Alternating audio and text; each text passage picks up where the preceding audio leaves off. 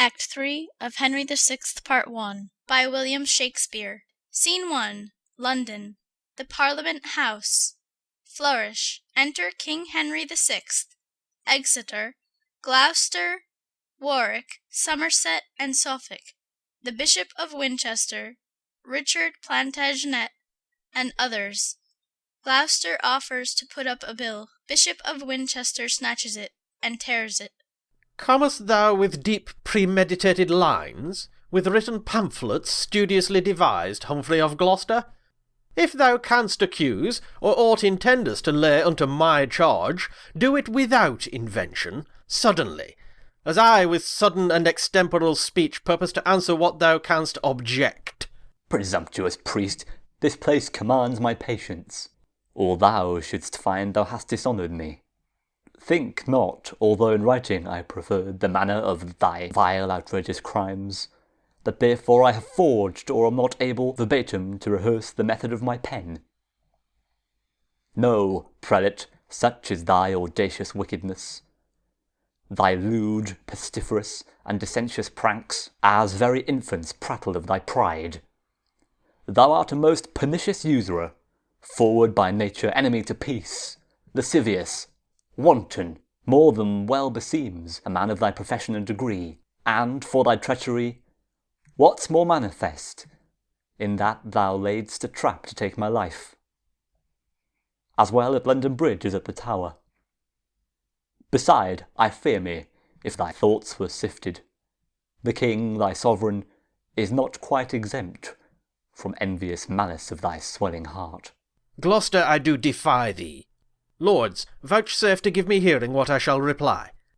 If I were covetous, ambitious, or perverse, as he will have me, how am I so poor? And how haps it I seek not to advance or raise myself, but keep my wonted calling? And for dissension, who preferreth peace more than I do, except I be provoked? No, my good lords, it is not that offends, it is not that hath incensed the Duke. It is because no one should sway but he. No one but he should be about the king, and that engenders thunder in his breast, and makes him roar these accusations forth. But he shall know I am as good— As good, thou bastard of my grandfather! Ay, lordly sir, for what are you, I pray, but one imperious in another's throne? Am I not protector, saucy priest? And am not I a prelate of the church? Yes, as an outlaw in a castle keeps and useth it to patronage his theft. Unreverent Gloucester! Thou art reverent, touching thy spiritual function, not thy life. Rome shall remedy this. Rome thither, then. My lord, it were your duty to forbear. Ay, see the bishop be not overborne. Methinks my lord should be religious, and know the office that belongs to such. Methinks his lordship should be humbler. It fitteth not a prelate so to plead. Yes, when his holy state is touched so near. State holy or unhallowed, what of that? Is not his grace protector to the king? Aside. Plantagenet, I see, must hold his tongue, lest it be said, "Speak, sirrah, when you should. Must your bold verdict enter talk with lords?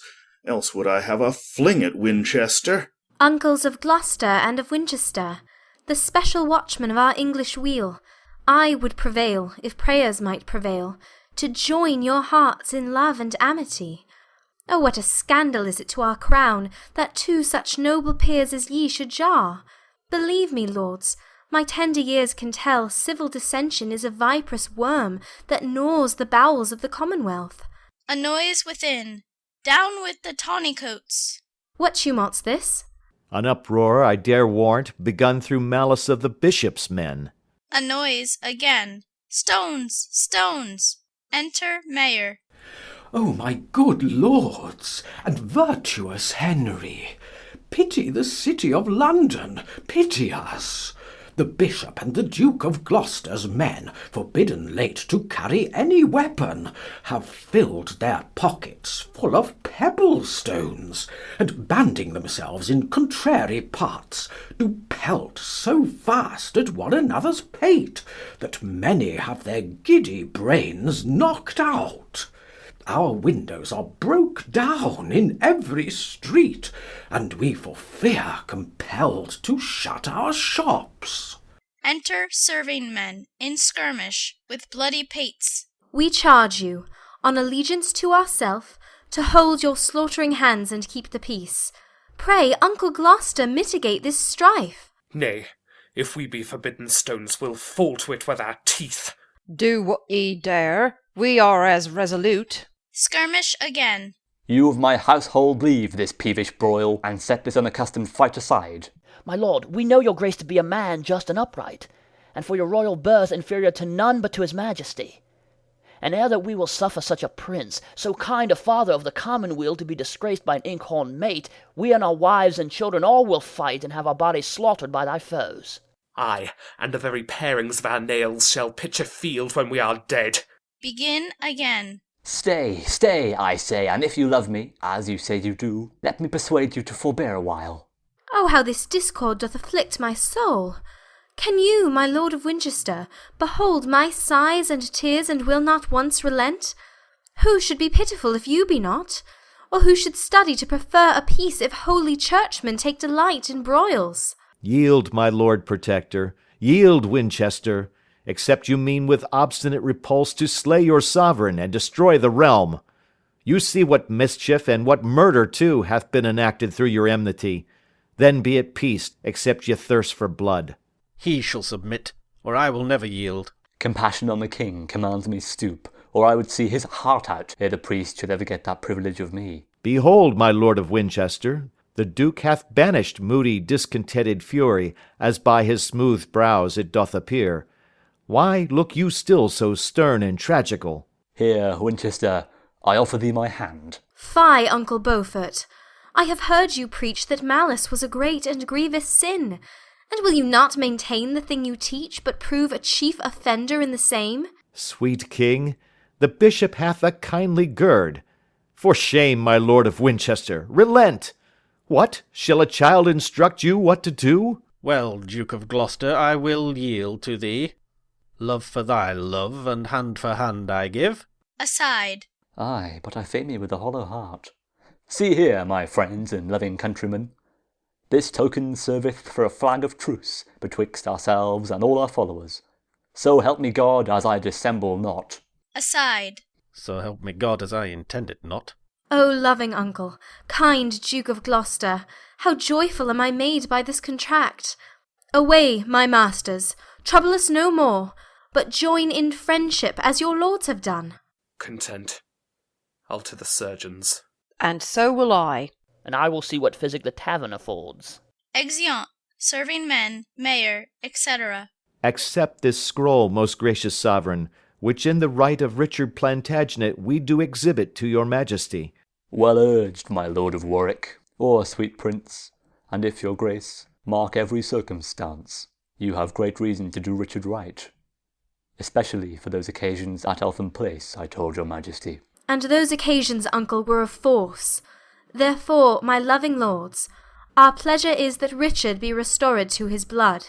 Let Richard be restored to his blood, so shall his father's wrongs be recompensed. As will the rest, so willeth Winchester. If Richard will be true, not that alone, but all the whole inheritance I give that doth belong unto the house of York, from whence you spring by lineal descent. Thy humble servant vows obedience and humble service till the point of death. Stoop then, and set your knee against my foot, and in reguerdon of that duty done, I gird thee with the valiant sword of York. Rise, Richard, like a true Plantagenet, and rise created princely Duke of York. And so thrive, Richard, as thy foes may fall, and as my duty springs, so perish they that grudge one thought against your majesty. Welcome, High Prince, the mighty Duke of York. Aside. Perish, base prince, ignoble Duke of York.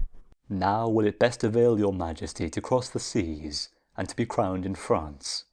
The presence of a king engenders love amongst his subjects and his loyal friends, as it disanimates his enemies. When Gloucester says the word, King Henry goes, for friendly counsel cuts off many foes. Your ships already are in readiness.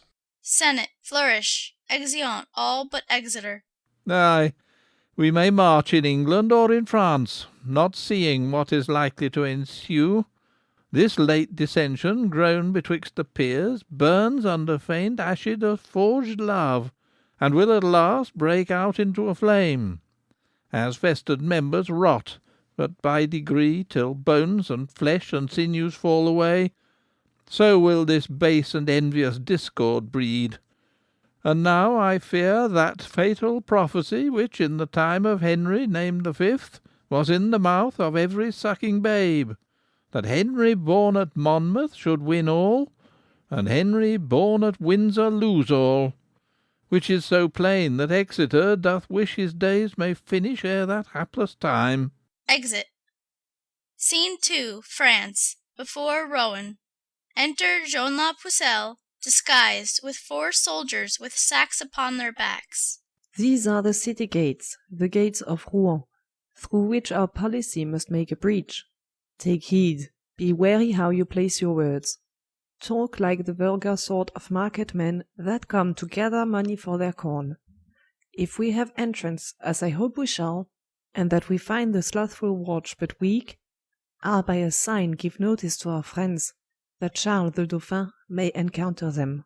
Our sacks shall be a mean to sack the city, and we be lords and rulers over Rouen, therefore we'll knock. Knocks. Within. Qui est là?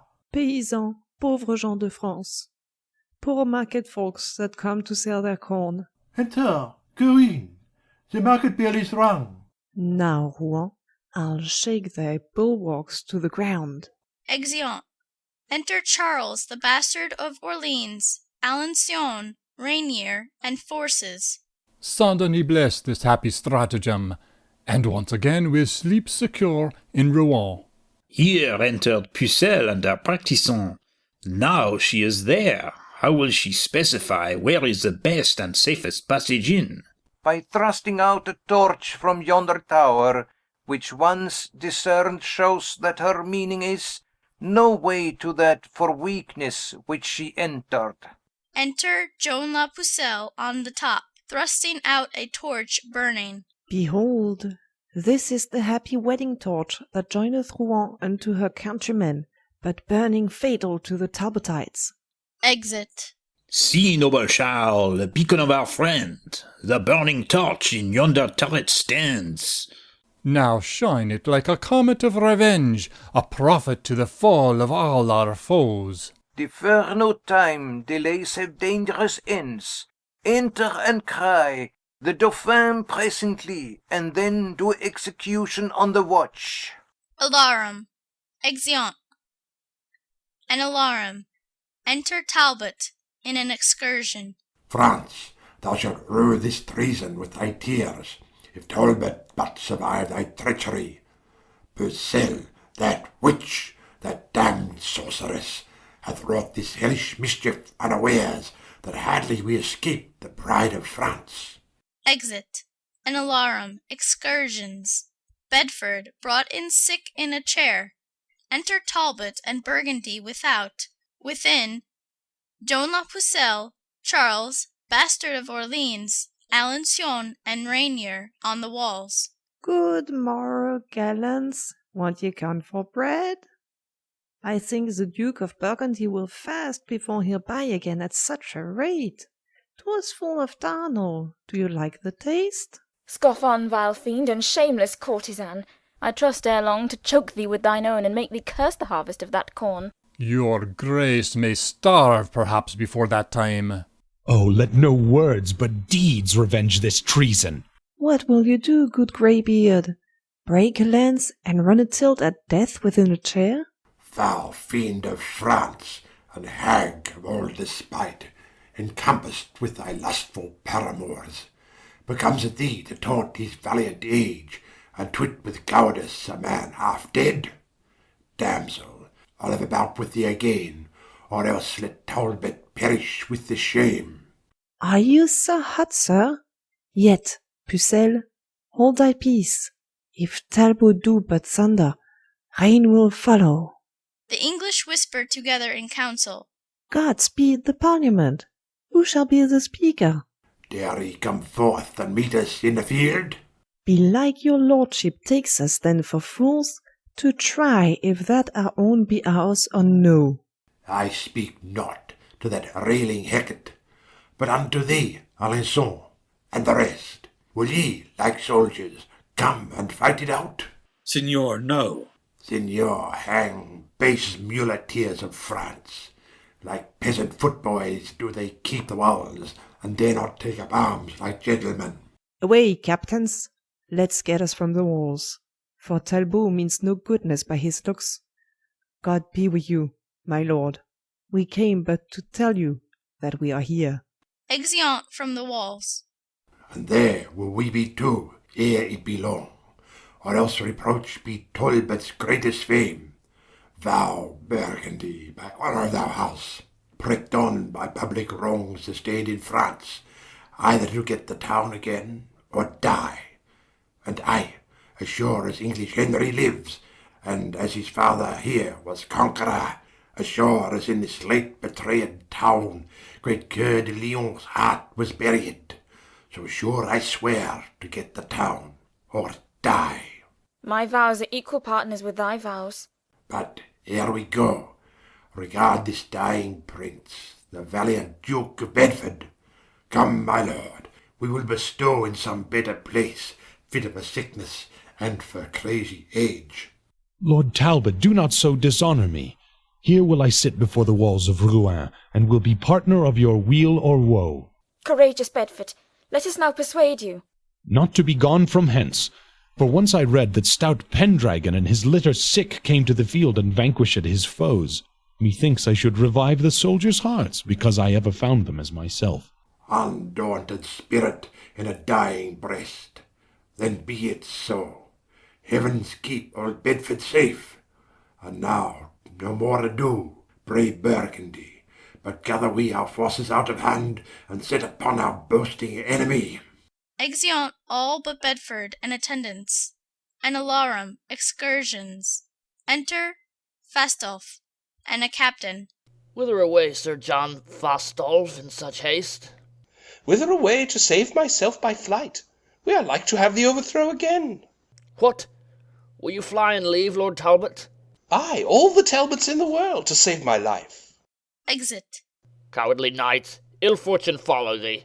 Exit. Retreat, excursions. Joan La Pucelle, Alençon, and Charles fly. Now, quiet soul, depart when heaven please, for I have seen our enemies' overthrow. What is the trust or strength of foolish man? They that of late were daring with their scoffs are glad and fain by flight to save themselves. Bedford dies and is carried in by two in his chair. An alarum. Re-enter Talbot, Burgundy, and the rest. Lost and recovered in a day again. This is a double honour, Burgundy, yet heavens have glory for this victory. Warlike and martial Talbot, Burgundy enshrines thee in his heart, and there erects thy noble deeds as valour's monuments. Thanks, gentle Duke. But where is Pucelle now? I think her old familiar is asleep. Now, where's the bastard's braves, and Charles his gleeks? What, all amour? Rouen hangs her head for grief that such a valiant company are fled. Now will we take some order in the town, placing therein some expert officers, and then depart to Paris to the king, for there young Henry with his nobles lie. What wills Lord Talbot pleaseth Burgundy. But yet, before we go, let's not forget the noble Duke of Bedford late deceased, but see his exequies fulfilled in Rouen.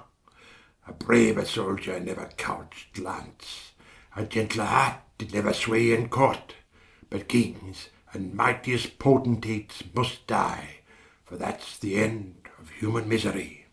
Exeunt. Scene 3. The plains near Rouen.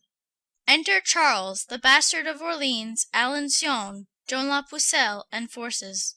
Dismay not, princess, at this accident, nor grieve that Rouen is so recovered. Care is no cure, but rather corrosive, for things that are not to be remedied. Let frantic Talbot triumph for a while, and like a peacock sweep along his tail. We'll pull his plumes and take away his train, if Dauphin and the rest will be but ruled. We have been guided by thee hitherto, and of thy cunning had no diffidence. One sudden foil shall never breed distrust. Search out thy wit for secret policies, and we will make thee famous through the world. We'll set thy statue in some holy place, and have thee reverenced like a blessed saint. Employ thee then, sweet virgin, for our good. Then, thus it must be. This doth Joan devise. By fair persuasions mixed with sugared words, we will entice the Duke of Burgundy to leave the Talbot and to follow us. Ay, marry, sweeting, if we could do that, France were no place for Henri's warriors. Nor should that nation boast it so with us, but be extirped from our provinces. For ever should they be expulsed from France, and not have title of an earldom here. Your honours shall perceive how I will work to bring this matter to the wished end. Drum sounds afar off. Hark! By the sound of drum you may perceive their powers are marching unto Paris ward. Here sound an English march. Enter and pass over at a distance Talbot and his forces. There goes the Talbot with his colours spread, and all the troops of English after him. French march. Enter Burgundy and forces. Now in the rear ward comes the Duke and his. Fortune in favour makes him lag behind. Summon a parley, we will talk with him. Trumpets sound a parley. A parley with the Duke of Burgundy. Who craves a parley with the Burgundy? The princely Charles of France, thy countryman. What sayest thou, Charles? For I am marching hence. Speak, Pusella, and enchant him with thy words. Brave Burgundy, undoubted hope of France. Stay, let thy humble handmaid speak to thee. Speak on, but be not over tedious. Look on thy country, look on fertile France, and see the cities and the towns defaced by wasting ruin of the cruel foe.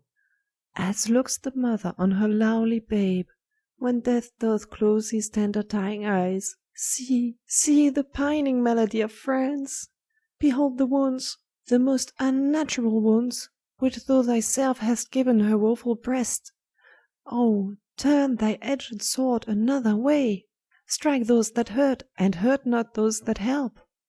One drop of blood, drawn from thy country's bosom, should grieve thee more than streams of foreign gore. Return thee, therefore, with a flood of tears, and wash away thy country's stained spots. Either she hath bewitched me with her words, or nature makes me suddenly relent. Besides, all French and France exclaims on thee, doubting thy birth and lawful progeny. Who jointest thou with but with a lordly nation, that will not trust thee but for profit's sake? When Talbot hath set footing once in France, and fashioned thee that instrument of ill, who then but English Henry will be lord, and thou be thrust out like a fugitive? Call we to mind, and mark but this for proof. Was not the Duke of Orleans thy foe? And was he not in England prisoner? But when they heard he was thine enemy, they set him free without his ransom paid, in spite of Burgundy and all his friends. See then, thou fightest against thy countrymen, and joinst us with them will be thy slaughtermen. Come, come, return, return, thou wandering lord. Charles and the rest will take thee in their arms. I am vanquished. These haughty words of hers have butted me like roaring cannon shot, and made me almost yield upon my knees. Forgive me, country, and sweet countrymen, and lords. Accept this hearty kind embrace. My forces and my power of men are yours. So farewell, Talbot. I'll no longer trust thee. Aside. Done like a Frenchman. Turn, and turn again.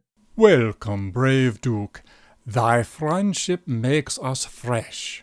And doth beget new courage in our breasts. Pucelle hath bravely played her part in this, and doth deserve a coronet of gold. Now let us on, my lords, and join our powers, and seek how we may prejudice the foe. Exeunt. Scene 4. Paris, the palace. Enter King Henry the 6th, Gloucester, Bishop of Winchester, York, Suffolk, Somerset, Warwick, Exeter, Vernon, Basset, and others, to them, with his soldiers, Talbot. My gracious prince and honourable peers, hearing of your arrival in this realm, I have a while given truce unto my wars, to do my duty to my sovereign, in sign whereof this arm that hath reclaimed your obedience 50 fortresses, 12 cities, and 7 walled towns of strength, beside 500 prisoners of esteem, lets fall his sword before your highness' feet, and with submissive loyalty of heart ascribes the glory of his conquest good, first to my God, and next unto your grace. Kneels. Is this the Lord Talbot, Uncle Gloucester, that hath so long been resident in France? Yes, if it please your majesty, my liege. Welcome, brave captain and victorious lord. When I was young, as yet I am not old, I do remember how my father said a stouter champion never handled sword. Long since we were resolved of your truth, your faithful service and your toil in war. Yet never have you tasted our reward, or been reguerdoned with so much as thanks, because till now we never saw your face. Therefore stand up, and for these good deserts we here create you Earl of Shrewsbury, and in our coronation take your place. Senate. Flourish. Exeunt all but Vernon and Basset. Now, sir, to you, that were so hot at sea, disgracing of these colours that I wear in honour of my noble Lord of York, darest thou maintain the former words thou spakest? Yes, sir, as well as you dare patronage the envious barking of your saucy tongue against my lord the Duke of Somerset. Sirrah, thy lord I honour as he is. Why, what is he? As good a man as York. Harkee, not so. In witness, take ye that. Strikes him. Villain, thou knowest the law of arms is such that whoso draws a sword 'tis present death, or else this blow should broach thy dearest blood. But I'll under his majesty, and crave I may have liberty to venge this wrong. When thou shalt see, I'll meet thee to thy cost. Well, miscreant, I'll be there as soon as you, and after meet you sooner than you would. Exeunt. End of Act 3.